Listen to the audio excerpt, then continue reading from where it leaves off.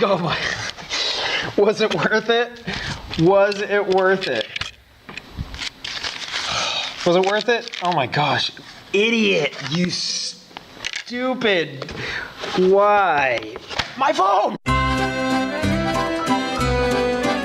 How was everyone? We're going to finish off our plein-air studies with the final application, which of course is watercolor. So for this demo, I will show you how to apply both wet on wet and wet on dry techniques in order to create three-dimensional form and space. Let's get right into it. Okay, so we're going to begin our watercolor demo here to bring one of our squares to final. We're going to hydrate the brush. These are brand new, so you might actually gently need to make contact with the bottom of your water container just to loosen up the bristles. They're probably set with something to keep them together during shipping. And then you're going to activate your palette by transferring the water from your cup to the palette without making contact with any of the pigment. If you have a water spray bottle, you can spritz the palette to activate it that way. That's how I would do it if I were at home. But if you do not have that option, you use your brush, as I am here. With a small brush, it's taking a while. All right, so we'll let that sink in for just a moment. The next thing that you want to do is pre-wet your paper, except for the absolute strongest whites that you may find. If your object doesn't have any whites, you're actually going to pre-wet the entire surface. So I'm going to load the brush up with water and wet the entirety of the square evenly. Always drag the brush, never pushing. You don't want to sand the bristles of the brush down. The watercolor paper has a great tooth, and then it could be like sandpaper. So we've evenly distributed the water on our surface, and now we're going to begin the painting process. Working wet on wet, the color will innately travel to anywhere where there is water. So what we want to do is begin with light versions of our colors to sink into the paper and progressively get darker. This is layer one, and what you're going to soon realize is that all of your colors are going to begin to blend together. That's going to capture energy or provide energy in this early stage. Without that,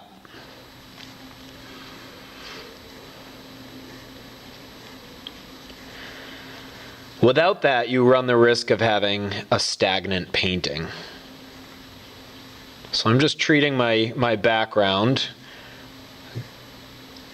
with this color. I don't necessarily know that I want it to be that uniform, so I'm going to add some burnt umber and perhaps a little ultramarine just to take it away from that pure orange and present a little bit of variation in the background. But I don't want to overdo it because it is a background. And bring some cadmium yellow into it. And to create a lighter version of a color, I just add more water. There's no white on your palette. The white is the water and the paper. You're just placing the pigment on the page. You're not doing a lot with the brush.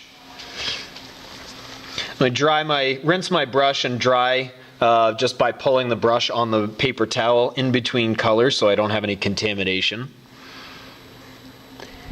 And like I said, we're just placing pigment here. This first layer is going to look like a mess, and that might be scary for some of you because you'll feel like you're ruining all of your hard work. You keep your first layer nice and light, and you just trust that the water is going to establish energy. In subsequent layers, we're going to provide clarity for the image. But that's not our mission right now. We want to establish unity and energy. Prussian blue here just to indicate a little bit of a shadow, a slight change in color.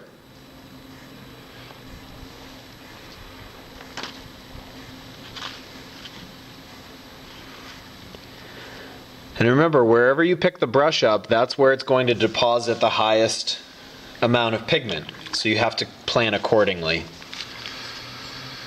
I don't want to only mix brown, so to speak, using the raw umber and burnt sienna that I've been provided with, I want to mix my own to get a more full range, because brown is really unequal amounts of two complements. So it might be leaning towards purple, as in the case of the color I've just mixed here, or it might be leaning towards yellow.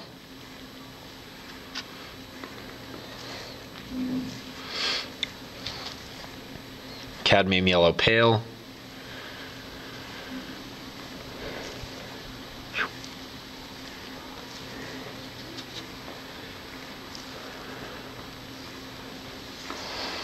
I'm going to be careful not to overdo it at this stage. I don't want to overwork it. This first layer should be very quick.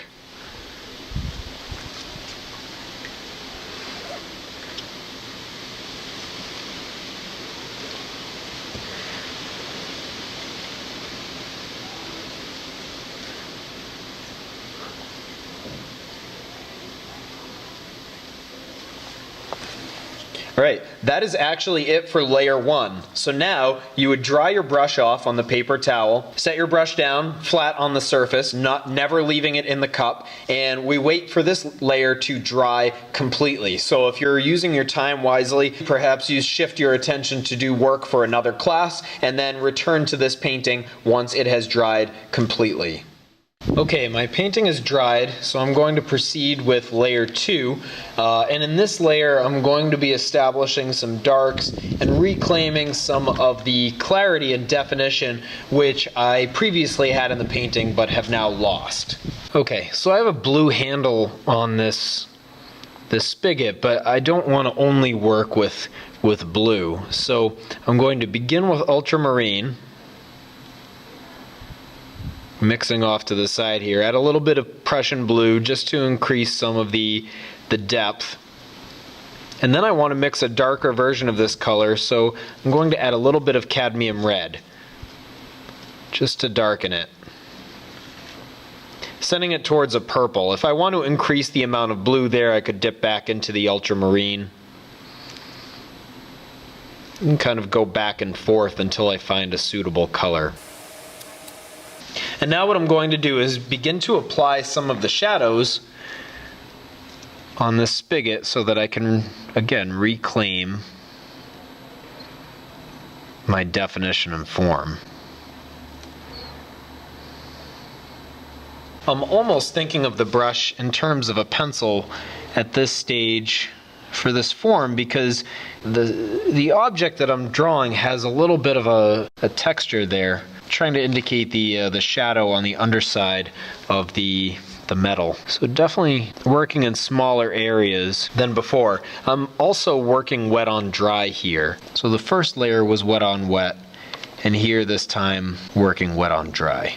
Now let's say I want to soften some of these edges. I'm rinsing off with the water, and then just with this damp brush, I'm going to pluck out some of the pigment just by touching the brush to the surface of the puddle, and that's going to lift some of the water out and some of the pigment out. And I'm also just going to lightly dip into the water and kind of redistribute that pigment into other places, so that way I get a subtle range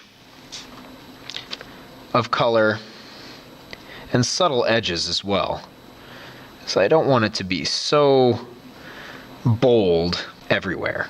And with watercolor, you want to be strategic in terms of where you're working at any given time.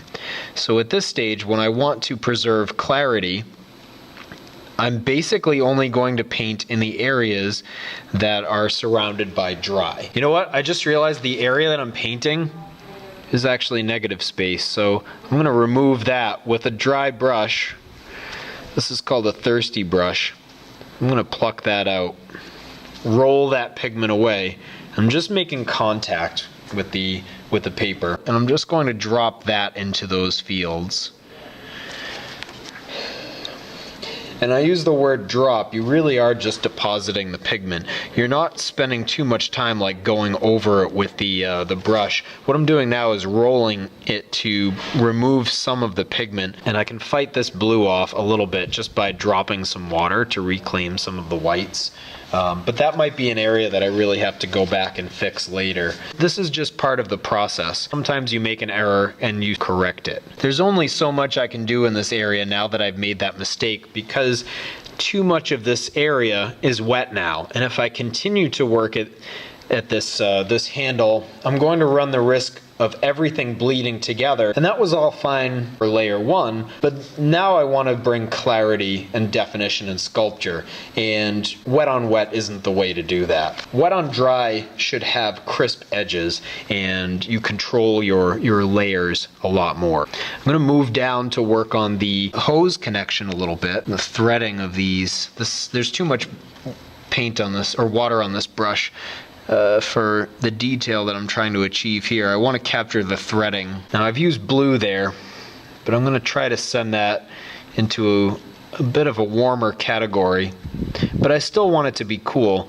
Cool colors indicate shadow, and warm colors will indicate warmth or lighting in a general sense.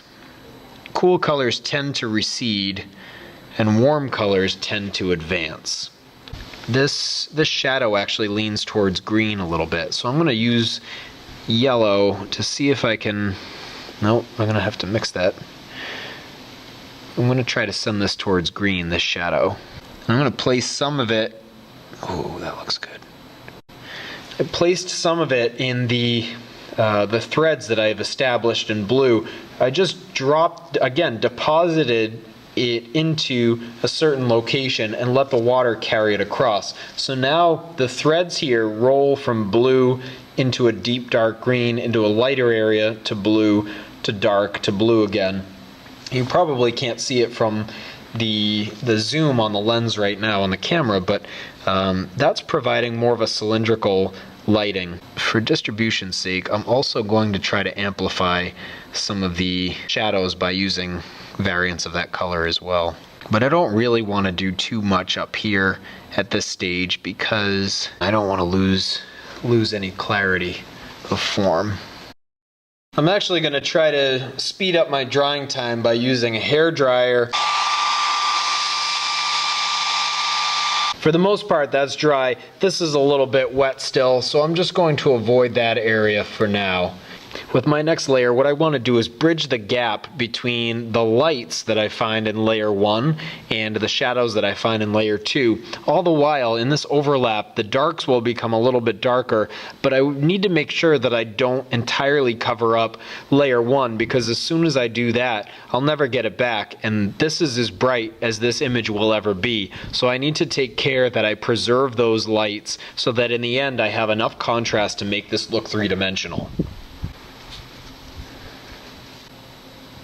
There's a little bit too much pigment there, so dipping into the water, and I'm going to distribute the pigment that I already have. There you go, it's better. You can see the areas that are still wet, like right in here, when I place the pigment, it just spreads throughout, and I don't have the same type of control or clarity that I'm gaining in that area. So that's something to be aware of. Same thing right there.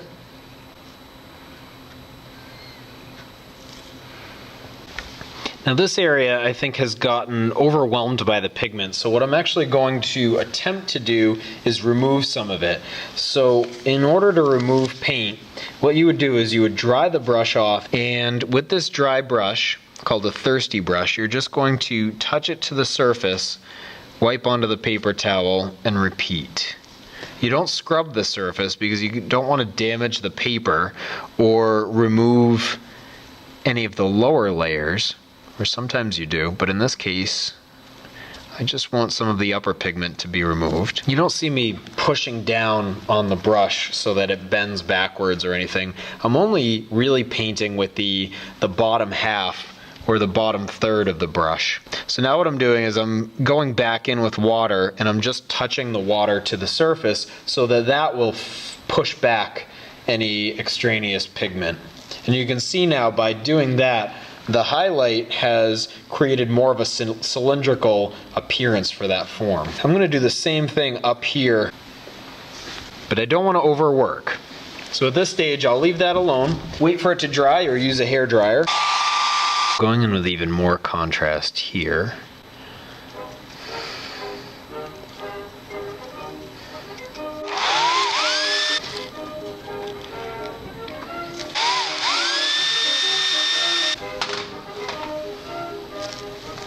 All right, there you have it. That's one, you've got 3 to go.